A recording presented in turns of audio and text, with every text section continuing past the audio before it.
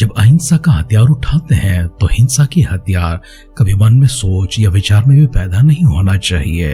हिंसा और अहिंसा दोनों कभी साथ में नहीं चल सकते हैं।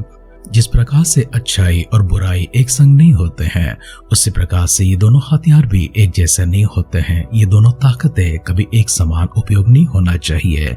जिसके मन में अहिंसा है और जो ईश्वरी ताकतों के ऊपर अपना भरोसा रखता है, जो प्रार्थना करता है, विश्वास करता है, उपवास करता है और यह मानता है कि ईश्वरीय ताकतें अर्थात स्वर्गलोक से जिस परमेश्वर की वो आराधना करता है वहां से उसकी सहायता मिलती है, तो उसे कभी अपने हथियार को नहीं उठाना चाहिए।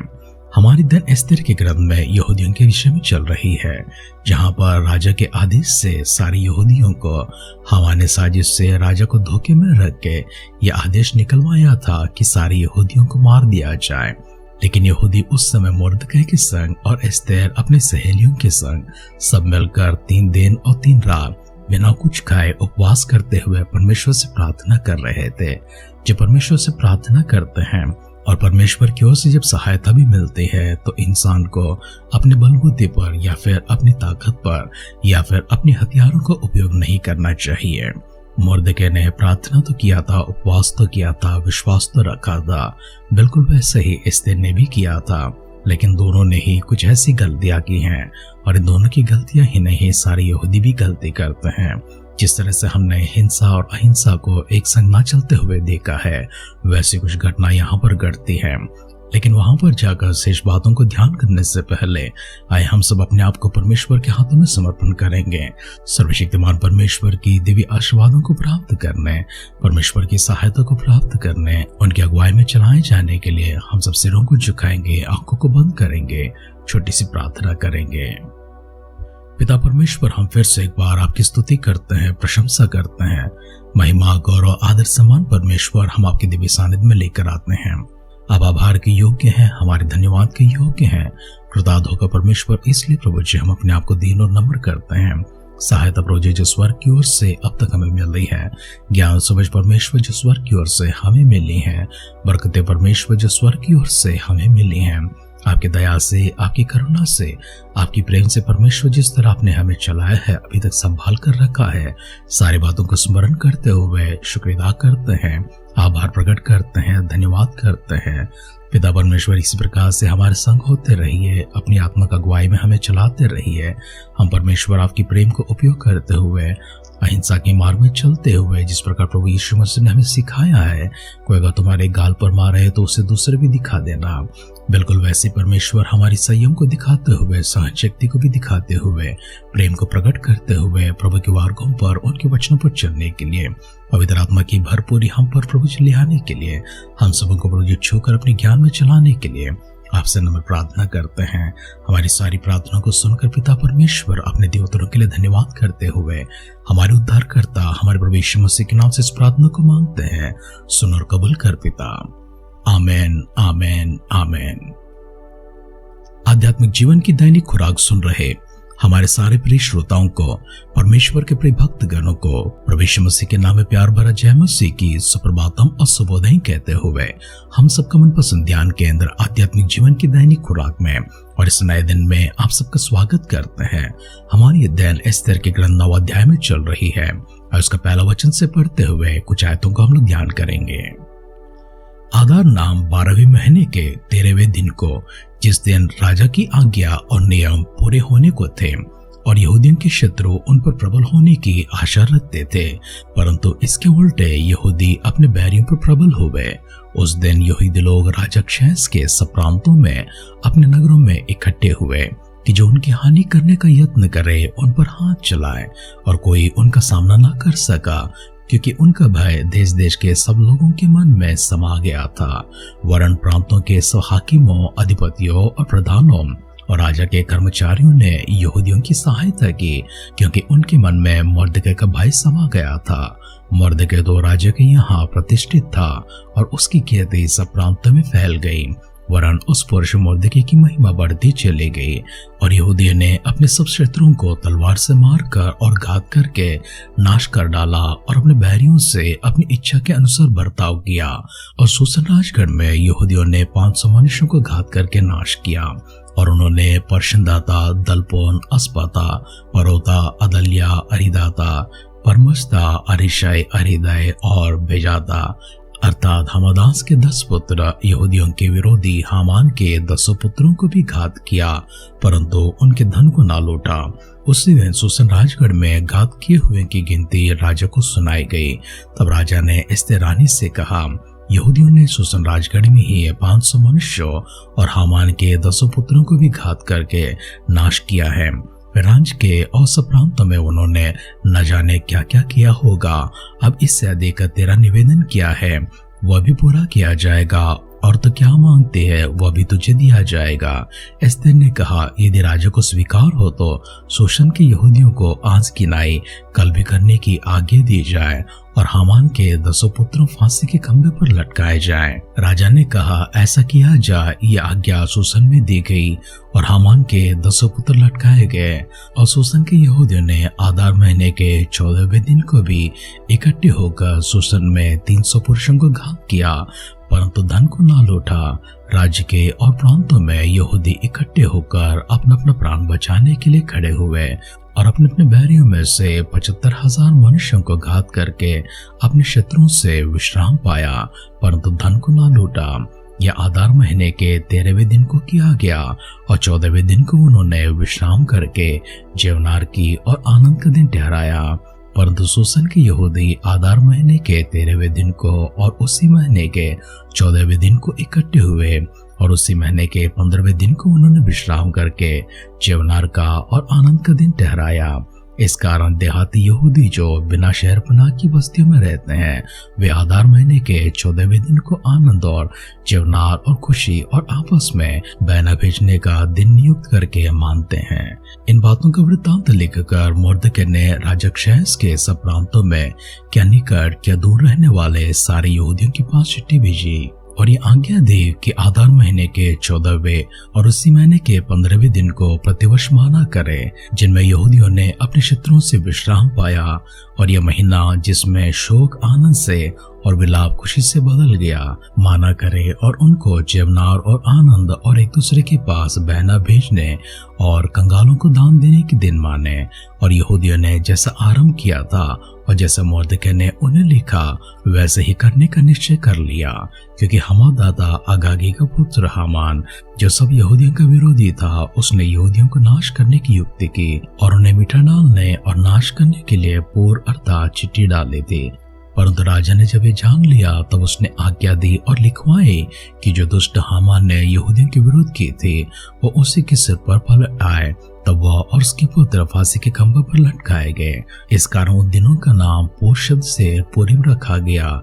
इस चिट्ठी की सब बातों के कारण और जो कुछ उन्होंने इस विषय में देखा और जो कुछ उन पर बीता था उसके कारण भी यहूदियों ने अपने अपने लिए और अपनी संतान के लिए और उन सबों के लिए भी जो उनमें मिल गए थे ये अटल प्रण किया कि उस लेख के अनुसार प्रतिवर्ष उसके ठहराए हुए समय में वे 2 दिन माने और पीढ़ी पीढ़ी कुल कुल प्रांत प्रांत नगर नगर में ये दिन स्मरण किए और माने जाएं।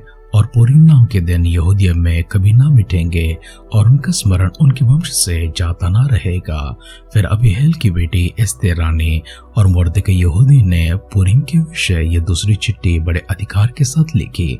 इसकी नकल मोर्दकै ने क्षयस के राज के 127 प्रांतों के सब यहूदियों के पास शांति देने वाली और सच्ची बातों के साथ इस आशय से भेजी कि पूरीम के उन दिनों के विषय ठहराए हुए समयों में मोर्दकै यहूदी और एस्तेर रानी की आज्ञा के अनुसार और जो यहूदियों ने अपने और अपने संतान के लिए ठान लिया था उसके अनुसार भी उपवास और विलाप किए जाए।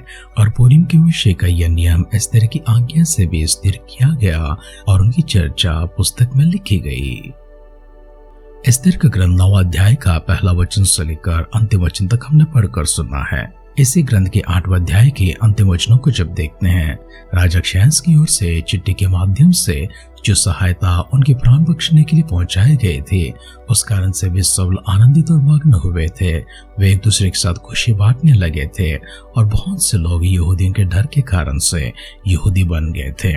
लेकिन इसी को हम 9 अध्याय के आरंभ के शब्दों में जब देखते हैं, स्वर्गीय से परमेश्वर की सहायता के लिए जिस प्रकार से मर्दकै ने और एस्तेर ने सारे यहूदियों ने मिलकर प्रार्थना किया था, उस प्रार्थना की बदौलत राजा का मन तो बदल चुका है और राजा ने आदेश भी भिजवा दिया था कि यहूदियों को कोई मारना नहीं चाहिए।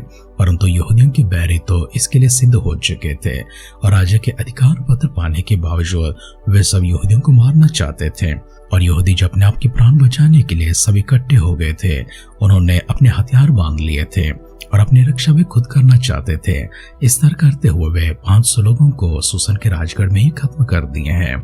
ये संख्या जब राजा को सुनाई जाती है, राजा एस्तेर रानी के पास जाकर उनसे कहते हैं, इतनी संख्या में लोग घात किए गए हैं और न जाने अन्य राज्यों में अन्य जगहों पर कितने और लोग मारे गए हैं।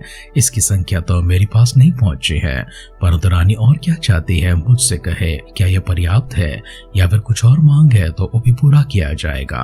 तब रानी एस्तेर ने कहा, जिस दिन कल हुआ था वैसे ही आज भी होने के लिए राजा अनुमति दे दे। अर्थात जो लोग यहूदियों को मारना चाहते हैं उनको मारने के लिए उनकी खुली छूट दी जाए कि यहूदी उन पर प्रबल हो जाए, उन पर आक्रमण करे, उन सबों को मार दे। इस तरह करते हुए 75,000 लोगों की जान ली जाती है। राजा के विषय में गौर करते हैं। राजा ने जब आदेश भिजवा दिया था वो तो सख्त आदेश था। इस आदेश का पालन करना तो एक हुक्म था कि एक अध्यादेश था, इसे इनकार कोई नहीं कर सकते हैं। फिर भी जिस तरह से लोग जब इसके लिए तैयार हो चुके हैं राजा के खिलाफ में जाने के लिए, राजा को एक और सख्त आदेश देना चाहिए था। यदि कोई यहूदियों के ऊपर हाथ चलाते हैं उनका प्राण बख्शा ना जाएगा। परंतु राजा ने ऐसा कुछ ना करते हुए रानी एस्तेर की मांग के अनुसार उनको खुली छूट दे दिया था। यहूदी इसका लाभ उठाते हुए उनके बैरियों के ऊपर प्रहार करते हैं और उनको मारते मारते रानी ने कहा, केवल आज मात्र ही नहीं वरन कल भी इनको छूट दिया जाए। इस तरह करते हुए 3 दिन में उन्होंने 75,000 लोगों को मार दिया था।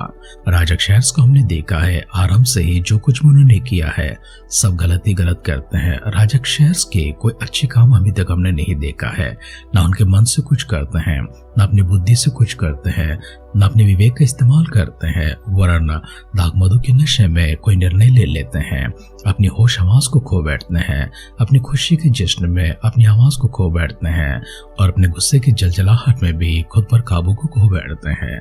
राजा शहर्स के जीवन को पूरी तरह से देखे, जितने अध्याय भी तक हमने ध्यान किया है इनमें उनकी गलतियों को ही देखते हैं। जब रानी एस्तेर ने प्रार्थना किया था उन्हें शांत हो जाना चाहिए था, परंतु रानी ने इस तरह से नहीं किया। मर्दकै को भी शांत हो जाना चाहिए था। जिस तरह मर्दकै की प्राण बच जाती है, मर्दकै को ध्यान देना चाहिए था कि दूसरे के प्राण को ना ले। जिस तरह यहूदियों की प्राण बच जाती है, यहूदियों का ख्याल रखना चाहिए था कि उनके जैसा किसी और के प्राण को हानि ना पहुंचे। एस्तेर को भी यह ध्यान रखना चाहिए था। एस्तेर ने भी काम नहीं किया है। उन्होंने हिंसा के बदले हिंसा का ही जवाब देना चाहा है, परंतु जो प्रार्थना किए हैं वो सब यहाँ पर व्यर्थ हुए नजर आते हैं। इतना ही नहीं, यहूदियों को 2 दिन के लिए पूरीम का एक पर्व मनाने के लिए कहते हैं। ये वास्तव पर्व नहीं है परंतु विलाप के दिन है। जो 2 दिन विलाप हुआ था उसे ध्यान करते हैं, क्योंकि हामान पूर के द्वारा अर्थात चिट्ठी डालने के माध्यम से हर रोज इंतजार किया करता था कि उसके पक्ष में निकलेगी और वो यहूदियों को मार दिया जाएगा। लेकिन ऐसे कई महीने बीत जाते हैं, उसके पक्ष में नहीं होती है, परंतु जो उलट हो चुके हैं उसे ध्यान करते हैं, उसे स्मरण करते हैं। इन दोनों दिनों की विलाप को स्मरण करते हुए मर्दकै ने और एस्तेर रानी ने यह स्थिर किया कि हर साल इसी प्रकार से 2 दिन के लिए पूरीम अर्थात पूर का स्मरण किया करे, सब लोग विलाप किया करे। वचन सुन रहे प्रियजनों, एस्तेर के ग्रंथ में भले ही हम परमेश्वर की दखल को देखते हैं, भले हम उपवास को देखते हैं, प्रार्थना को देखते हैं, विश्वास को देखते हैं, परमेश्वर किस प्रकार से यहूदियों की सहायता करते हैं, मर्दकै की जान बचाते हैं, यहूदियों की जान बचाते हैं, एस्तेर की भी सहायता करते हैं। इतने सब देखकर, इतने सब अनुभव करने के बावजूद हिंसा के मार्ग को अपनाया हुआ एस्तेर की इस कार्य को, मर्दकै की इस कार्य को नए नियम के कलीसिया होने के नाते या फिर एक इंसान होने के नाते हम कभी इसका स्वीकार नहीं करेंगे, क्योंकि हम पर जो उपकार होती है हमारा कर्तव्य बनता है, हमारा फर्ज बनता है कि हम दूसरों के ऊपर उपकार को दिखाएं। अपने सिरों को झुकाते हैं, आंखों को बंद करते हैं। ऐसी गलतियां कभी हम लोग ना करें। न क्षैस राजा की तरह बिना सोचे समझे एक जीवन को जिए, ना ही मुर्दके की तरह और ना ही एस्तेर की तरह अपने गुस्से को ठंडा करने के लिए, अपने भाई को दिखाने के लिए किसी मासूमों के ऊपर हाथ चलाने या फिर किसी युक्ति से उनका नाश करने की कोई विचार हमारे भीतर आने दे। इसलिए मिलकर परमेश्वर से प्रार्थना करेंगे हमारे मनों को शुद्ध रखने, हमारे मनों को साफ रखने, हमें न्याय के साथ, हमें अच्छे मन के साथ, हमें क्षमा गुणों के साथ में परमेश्वर हमारे मन को प्रेम से भरते हुए अपनी प्रेम में चलाने के लिए छोटी सी प्रार्थना करेंगे। पिता परमेश्वर, हम फिर से एक बार आपको धन्यवाद करते हैं, स्तुति प्रशंसा महिमा के साथ आपके दिव्य सानिध्य में आते हैं। इन वचनों के माध्यम से हमें फिर से प्रभु जी आपने जागृत किया है, सचेत किया है, प्रभु जी सतर्क किया, इसके लिए आपको धन्यवाद करते हैं।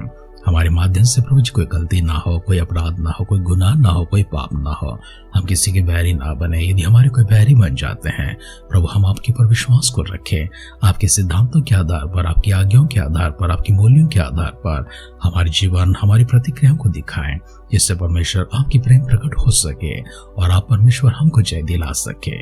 इस प्रकार से चलने के लिए परमेश्वर अपने दीवानुग्रह भरा हाथ हमेशा हमारे ऊपर रखिए। प्रभु यीशु मसीह के बादलों के आगमन अगर विलंब होगी, कल सुबह फिर से एक बार हम मिलकर आपकी स्तुति करने, आराधना करने, हमें सजों की संख्या में संभाले रखिए, आपकी दिव्य सानिध्य में इकट्ठा कीजिए। अगर ऐसा न तो प्रभु के राज में सबको शामिल करने के लिए दुआ करते हैं। सारी प्रार्थना को पिता परमेश्वर अपने सुन को द्योतने के लिए धन्यवाद करते हुए हमारे उद्धारकर्ता हमारे प्रभु यीशु मसीह के नाम से इस प्रार्थना को मांगते हैं, सुन और कबूल कर पिता। आमेन, आमेन, आमेन। प्रभु यीशु मसीह जिस प्रकार के चाल चलन को इस संसार में दिखाए हैं, जिस प्रकार के जीवन और उसके तौर तरीके दिखाए हैं, जिस प्रकार की प्रतिक्रियाएं और जिस प्रकार के उत्तर प्रभु यीशु मसीह देने का हमारे सामने एक उदाहरण के रूप में, आदर्श के रूप में रखा है, उसे हम लोग स्वीकार करते रहें। प्रभु के जैसा हम लोग बने, प्रभु के जैसे हम लोग जयवंत हो सके।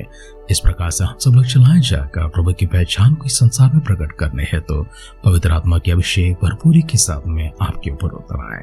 हमारी इस दुआ कामना के साथ आज के ध्यान पर समाप्त करते हैं।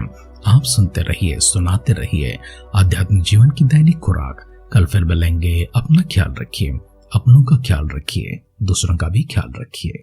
God bless you.